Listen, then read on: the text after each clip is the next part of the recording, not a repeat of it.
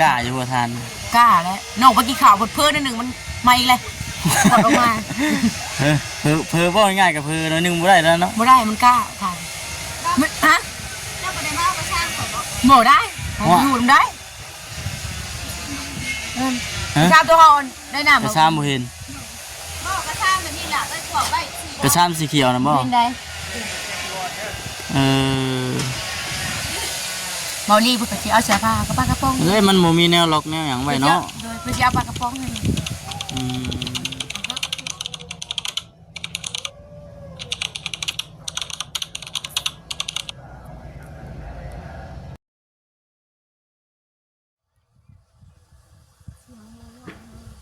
เสียงสะดำเนี่ย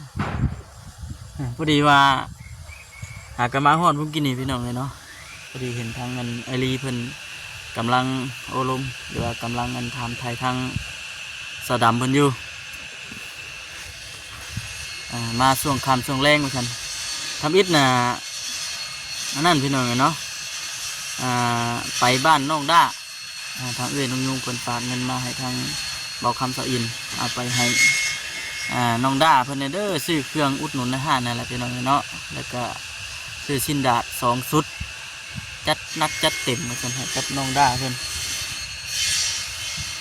ก็เลยจบจังหันกับพากันมาพี่บัดเสือหอดกระโจนสีคำพี่น้องเนาะแต่ว่าบนมืดจำเมื่อวานนี่ปานใดเมื่อวานนี่นะมัน5 โมงพี่น้องเนาะ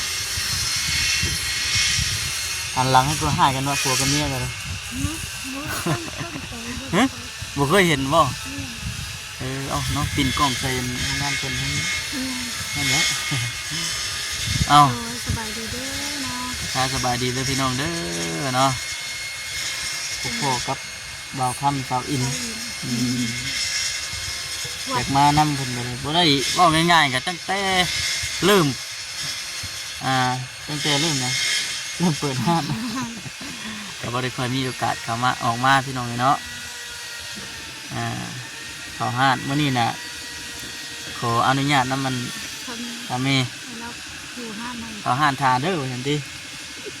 เราว่าอย่าพาไปคำเด้อเราว่าก็บ่คำพี่น้องเนาะมันก็บ่คำเฮาก็ตั้งใจพากันเมื่อตะวินตอนนี้ทางไอรีเพิ่นยังกันถามไทยทางสะดำเพิ่นอยู่โดยจะนำสินค้าท่านผู้ใหญ่พี่น้องสิขึ้นไปอันนี้เป็นดินขึ้นบนอยู่บนเช่าบนเฮือนเราอยู่หันกันเป็นดินของป้ากับลุงแต่ป้ากับลุงเพิ่นขึ้นไปเวียงพุทธ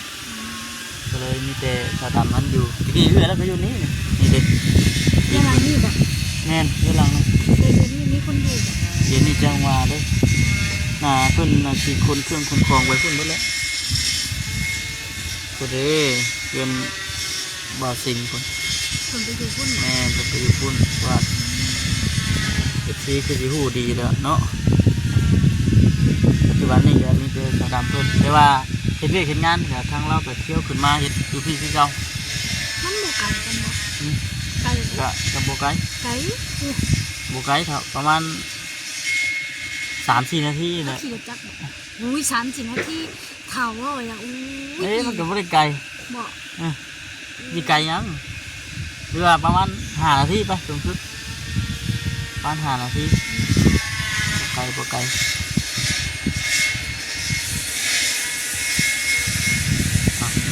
โจกองไว้ก่อนพี่น้องเลยจังได๋สิขับไปลมเนาะมื้อนี้หลายคือสิหลายผู้หลายคนอยู่หรอกเข้ามาหาทางสะดำเพิ่น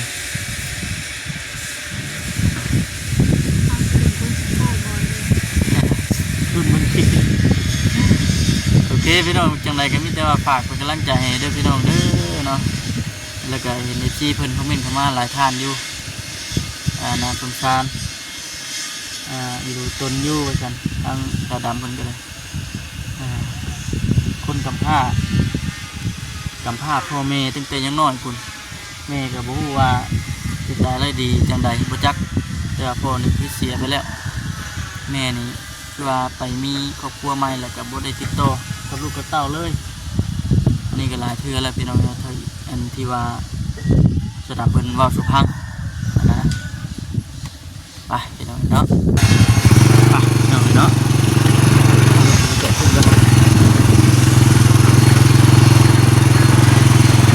ไม่ดีเพิ่นจะโดนก็เนาะ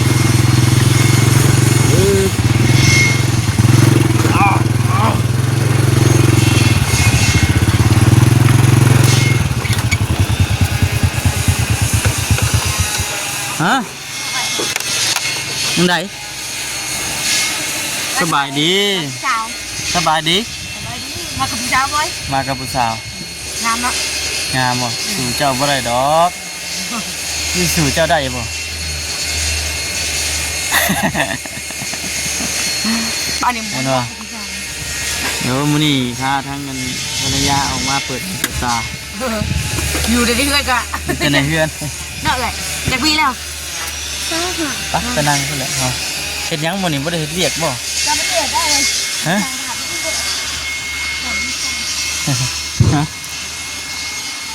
ฮะโธ่ เชื่อกันเลย ทางรีเพิ่นก็ได้สบายดีเด้อเด้อ แล้วว่า สบายดี มากับใครมาจากคน มา2คนมื้อนี้มารอบค่ำๆแน่ โดยตามสบายเด้อ เอ้ยมาแต่โดนนะว่า ประมาณ40 นาที ได้ลังเงินมากเนาะ โดย มันคือปุ๊กเขาได้ขนมมาก่อนเนาะ บ่ เขาก็หุ้มมาเขาลุกขึ้นมาอะไรโมเดลบ้านคือเก่าบ่นี่ บ่เลยบ่ได้อาบได้ เก่าเนาะ อืม วันเดิมเนาะ เหมือนเดิม เป็นอะไร ติดหนีไว้ก่อนนะว่าง่ายก็ได้ เป็นคนแบบชี้เงี้ยแบบคืออ่านกับบ่ได้เลย เอ้ยเจ้าเป็นผู้ใหญ่ผู้หญิงไปสิไปติดหนีได้บ่ซั่น ให้นอนนั่นอยู่บ่ผุดบ่นะ แล้วโน่นๆกูมือ อันนี้ได้ บ่ได้นอนนั่น ผุดบ่น้ำบ่อย่าเดี๋ยวนั้นแหละมันปกเนาะมึง นะอยู่เดียวบ่ เลย บ่ย่าน มึงย่านเด้ สิย่านมาจังเนาะอืมมีเพนไหนมาหามัน ก็หลายคนหนักบ่ทวน นำไปเถอะ อ๋อโถ่แสดงว่าข่อยนี่รอบสุดท้ายหมู่ ก็บ่ได้นอนพี่ชายเลย หรือว่ายังสิมีอีกอยู่ บ่ บ่ เตียงอีกเลย เอาเพิ่นยังสิมาอีก เลย อ๋อ อันนี้เพิ่นปลุกมาทางน้อง ฮะ ปลุกเฮาได้บ่อยู่บ่เขาก็เมื่อยเนาะมันสิเสือก ซื่อ มันก็เลยเมื่อยเนาะเฮ็ดเวียกแน่ เนาะเฮ็ดเวียกหยังแน่มื้อนี้เอา ล้างน้ำแล้วก็ไปหายท่านแล้วก็ที่ข้าวแล้วก็นอนมาดิ บ่ได้เชื่อจักดีข่อย บ่ เจ้าเฮ็ดเวียกให้ไผอันมีไผเข้ามาทันตอนนะเข้ามาทันตอนเจ้าเฮ็ดเวียกมีไผแน่ บ่ได้ท่านแล้วความน้องนอน อ้าวบัดทีมงานเข้ามาเพิ่นว่าพ่อตอนนอนบ่ได้พ่อตอนเฮ็ดเวียกแท้เนาะ ล้างน้ำทักแล้วเดี๋ยวไปเตียงน้ำมามีบ่ที่ยังเข้าดู บ่ก็เลยเข้าไปล้างให้เพิ่น เข้าพร้อมมันอยู่คนเดียวกับมักล้างไปได้บางเทื่อก็เห็นบ่ว่าล้างน้ำก็เขามักเข้าอยู่เขา เวียกมื้อนี้คือล้างห้องน้ำ หายทานในบัด ให้ทาน กินข้าวแล้วบัด ได้ที่ชอบเพิ่น ในชิปชอบไปเด้มันยังเด็กอยู่ อ๋อข่อยเบิ่งเตาเจ้าคือว่าหญ้าผู้เนือกอยู่ โอ้ย หาก็ได้ชิปชอบนี่ หายไปแล้วยังไง เดี๋ยวว่าให้ไปน้ำแล้วก็มอบไปน้ำทีละเนาะตัวใดมันยังบ่ใหม่เฮาก็อัดไว้ก่อนสิบ่ แม่น เหลื่อมตามาจักนี่บ่ เรื่อง เหลื่อมตาก็บ่เว้าเนาะจ้ะโอ้ยนั่งจะคืออยู่นี่พี่นั่งอยู่หั่นบ่ ดูทำเห็นดูไหม เอาเด็กหน่อยพูด ฮะ เข้าในห้องน้ำ ไปได้เบิ่งด้วยสะอาดบ่ อืม ล่างย่างก็ น้อง ไม่ ดำ ได้ทำไมได้หนมบางแง่ขอครับ ฮะเจ้าบ่ฮดนี่ หมอแล้วมันออกยังไง บ่เออผักเถอะเนาะมาเบิ่งหน้าแกงสุกินเด้อ เดี๋ยวประชดมันอยู่ เดี๋ยวค่อยสิซื้อเครื่องมันเข้ามาแล้วเกินว่าจะสิเป็น เนี่ยมันออกยังไงเลย โอ้น่า โอ้คัน แกงให้สะดำแกงสุกินอยู่นะ เอาใส่ปูนอีกครั้งแล้วมันออกได้ เนาะน้องไม้ไผ่บ่ แม่นไม่บงเกิน ไม่บุง ปูนทำไมไปไม่เลี้ยงน้องขอโทษมันก็ออก เออ ออกจะรอมโอ้ยยามแรกนี่เป็นออกดุจะได้ บ่ โอ้ย ระวังเด้อมันเหยียบระเบิดเด้ บุพีกับบุ เอ้าจะว่าอยู่แถวนี้มีหลายเอ้ยไว้ก็ ไปจะค้าดิน้อง กวน ผู้ช่วงนี้ มื้อนี้ก็บ่ได้เงาแล้วมื้อนี้เนาะหลายผู้หลายคนก็มาหาโอ้เท่าดำเอ้ย เดี๋ยวมาชวดมันอยู่ เออมื้อนี้ก็บ่ได้เงาแล้วมื้อนี้เนาะ เออ หลายผู้หลายคนก็มาหาโอ้เท่าดำเอ้ย เ เ มื้อนี้กินหมี่ไว้ก่อนเนาะอาบน้ำกันได้เนาะ นี่แล้วข่อยคน เมื่อมึงว่าฉันเมื่อคืนมื้อกินหมี่บ่ก็ไม่กินเลยอาบแล้วนี่คืนยินน้ำผู้เดียว บ่กินข้าวมายังมื้อนี่ ขอไข่ใช่ไหม ขัวไข่ ขอไข่ใส่ปักแตง ขัวไข่ใส่หมักแตง เออ วาซาบิชื่อไหว่านนี่ เออ มื้อนี้ข่อยก็ชื่อไข่มาให้เจ้าสิบ่เปิดบ่ มาเปิดเนาะ เย็นว่า กินแบบขอไข่ใส่ปักแตงกระเชษไปได้ บ่ข่อยซื้อไข่ต้มเด้อมาให้มื้อนี้พอดีจังสิเอามาให้อืม เกิดกระเจียวกิน อืม พักไปนั่นได้ บ่กินฮอดเอื้อยบ่ กะกินเอาดีแต่คืออดเอา กินฮอดอยู่หาอดเอา ยังเอานั้นถ่าน ไม่ยังเตาดุบ่ไปสะดำเพิ่นก็ยังไปอันชมเตาเพิ่นเตาดุคนกระดุเตากระดุพูดพูดดิฮะเตาลุบ่คนกระดุเตาลุเราจะเข้าไปข้าวอยู่บนเพิ่นเฮ็ดเตาอะไรพี่น้องเนาะแต่ว่ายัง บ่กล้าปานใดเพราะว่าทางเจ้าของโรงงานเพิ่นก็เคยแจ้งมาบอกแล้วว่าบ่ให้เขาไปถ่ายอยู่หั่นนะแต่ว่าถ่ายอยู่เฮือนอยู่หยังที่ก็ได้อยู่หรือว่าอยู่เดินอยู่หยังที่ก็บ่ฮู้ว่าเหตุผลเป็นเพราะสาเหตุหยังนะ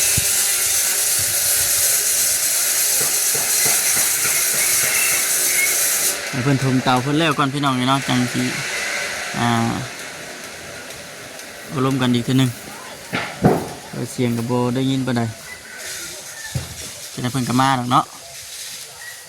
จบจากนี้ก็แม่นผู้และบัดทีนี่อย่างที่ได้นี่พี่น้องเลยมือแท้งจบจากนี้ก็แม่นนั่นสิไปหาของชาวดำเพิ่นบัดทีนี่พี่น้องฮะครบสังสามีแกนมันเนี่ย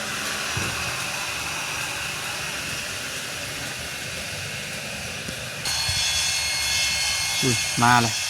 ว่าจะกินถ่าน ฮะ แล้วจะถ่ายก็ได้บ่ เป็นยัง ถ่านเลยบอกเรียนก่อน เป็นยัง ยิบถ่านให้เพิ่น โอ้ยิบทานเลยเพื่อนใจไปดีจักนาทีแล้ว เพื่อนว่าพาวันไปยิบทานให้บ่เตียงปอดทุไปใช้ฮะ ถ่านเอาที่ประคามมันจะไปเชียงดังอ่ะ บ่ ไป ไปเสียไป ให้งานมันได้ พูดจะได้คือมาทั้งนี้บาทนี่ นี่เลยมาเก็บเครื่อง เก็บเครื่องยังบ่ทันเบิดบ่ เก็บเครื่องทั่วนี่แหละ ง่ายๆเครื่องทั่วขึ้นไป เครื่องครัวยังแต่เครื่องครัวบาทนี่เนาะ เป็นส่วนของเพิ่นน้องก็สิได้เก็บขึ้นไว้ให้เพิ่นยันมันเหี่ยมันเสียของเพิ่น เฮ้ยตัวใดของเพิ่นนี่บ่อยู่ในนี่ตัวใดของเฮาจะมีหยังแน่ฉัน น้องจะเอา เดี๋ยวได้อันสิใช้รถบัสจิตเพิ่นบ่ เพิ่นว่าสิไปเรียกเพิ่น แล้วสิอันเอาขึ้นไปพร้อมกับผัวบ่ โดยบางทีน้องก็อาจสิได้ขึ้นก่อนเพิ่นบางทีน้องสิไปหาน้าบ่าวเพิ่นสิไปส่งให้น้องก็จุดขี้เหนียวไว้มันมีไผยันมันไปส่งออกส่งอ้อยเพิ่น ระวังเด้เนาะ ออกมากินม้าหน่อยก็แล่นมาน้ำหอดไผสิได้ขึ้นไปก่อนเลย คือมื้อคืนนี้ได้ฉันมื้อคืนนี้นอนพุ่นบ่เดี๋ยววันอาทิตย์ ต้องพูด ขึ้นไปพร้อมกับผัวบ่ โดย คือแต่ละมื้อนี่แม่นถ้าผัวเลิกงาน โดย แล้วก็พากันขี่รถไปบัดนี้ โดย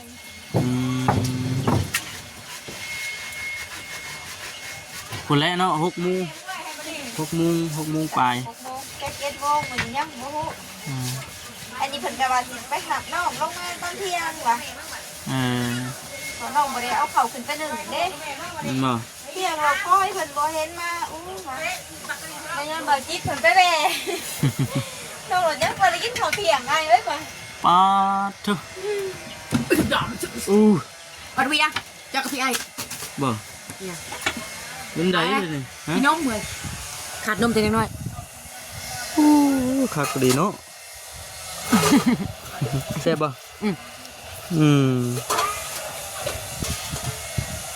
คักแน่เลยพุ่นไปลงพุ่น เอา ดัง อืม เอาดิแม่ ยังคือคืนคือเก่าอยู่พี่น้องเนาะ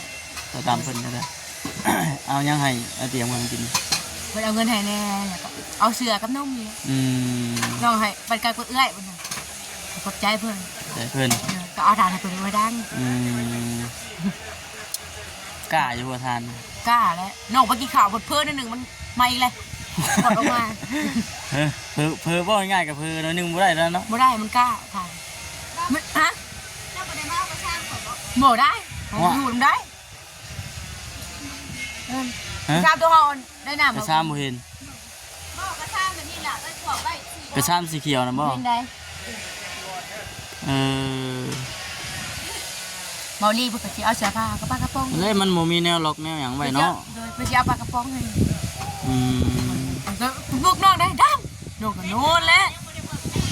น้องก็ได้เชียงได้ จะนอนนี่แท้ นอนในเรือนนี่พูดพี่ออกมาในห้องเบาลี่เนาะมือนี่นะทางว่าชิมาเห็ดเตาดิ แม่นบ่ น่าก็เห็ดผู้เดียวนะกับคือน้อง มีแต่ของเจ้าอยู่ในช่วงอันจูดเนาะเดี๋ยวนี้เนาะ เขาก็ได้คิดทบอันเฮ็ดเนาะ อืม เอ้ยจะบ่ได้เอ้ยทวีบักไม้บักกล้วยในเมืองน้ำเจ้าวะ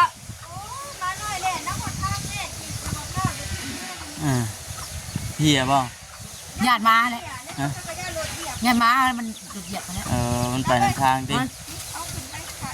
เอา รถไฟ เจ้าหน่อยเจ้าเอาขึ้นก็ได้ เอาผมอยากไปให้แม่เขาหรืออยากไปห่านจะเชื่อยังให้แม่เกือบมาบอกครบจังวะ เมา นิ่งเขียวจะโยกว่ะ เออ มาหาดีกว่านิ่งเขียวเจ้าย้ายมุดได้ถึงมาครบจะเขื่อเนี่ยมา เนาะ แม่เท่านั้นนี่ก็ผู้ที่พวกมาถ่ายกันเลย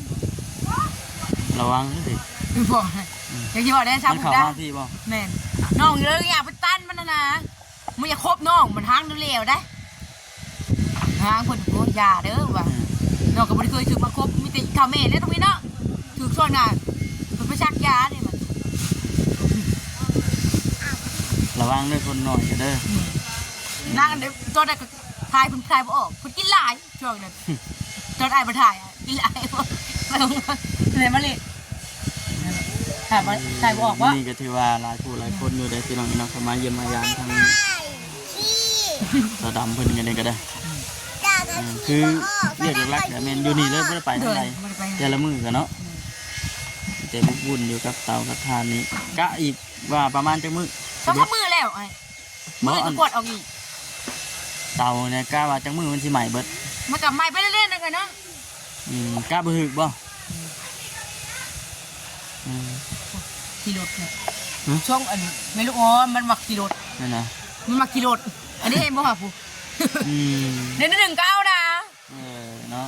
เดี๋ยว1 9นี่มันกินมันว่ามันไม่บดนี่ได้ลูกคือเป็นเบาหลด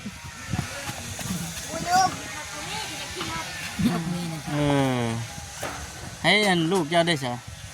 แปลงใดเบิดผู้สองคนน่ะ นี่เดี๋ยวไปใช้เนยหนึ่ง นั่นแหละเนาะ บางไม้ก็แหลมมากเลยบางไม้ค่ะเจ้าขบุคักมันได้ใช่ โอ้ระวังเลย จุดยืดใช่ อันนี้เช็ดเด็ดเอาขึ้นไปป้าไว้เพื่อนพุ่นบ่ เจ้าให้มันอยู่กับไผ่ก็อยู่กับเอาทิ้งของบ่ออกมา เอ้า แล้วเรียนบ่เราเหมือน สะดำนะเนาะต้องเบิ้งบัดนี่คือว่าเนี่ยคนขึ้นเบิดเลยเนาะบัดนี้เนาะบ่ได้มีหยังแล้วเปล่า มียัง เมื่อคืนนี่เนี่ยมีแต่เครื่องเรายังอยู่ เอากระสอบให้ผมนิด เข้ากันบ่วันนี้สิเอาไปพุ่นเบิดบ่บาดระวังเด้ออันสะดำไว้เนาะของเฮียไปสิเข่าเจ้า พี่ยังออกนะ มุดบริตึกบ่ มือตึก นี่ว่ากระสอบ มันตึกแต่ข้าวเจ้า ข่าวจักสอบ สอบเดียว อืม มันตึกแต่ข้าวเจ้า มันหอมเนาะ น้องตีหมดตีนูมือ เฮ็ดไปที่อีกเนาะตีมุดตีนูไปบัด ไปบอกมันก่อนออกเมื่อคืนนี่ก็วัวตำโดนผนัง ช่วงว่างมันกิโลจะอีเลย อย่าเพิ่น เอามาน้ำเดือน เมนดูอีกจะคนกลุ่มเลยเรียบร้อยอีกแล้วเสียเต่าเจ้านะไปได้ไปจอบเบิ้ง จะบ่ไป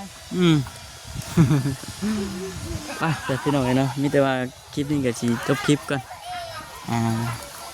เดี๋ยวว่าไว้พบกันคลิปหน้าคลิปต่อไปเด้อพี่น้องเด้อเนาะทาง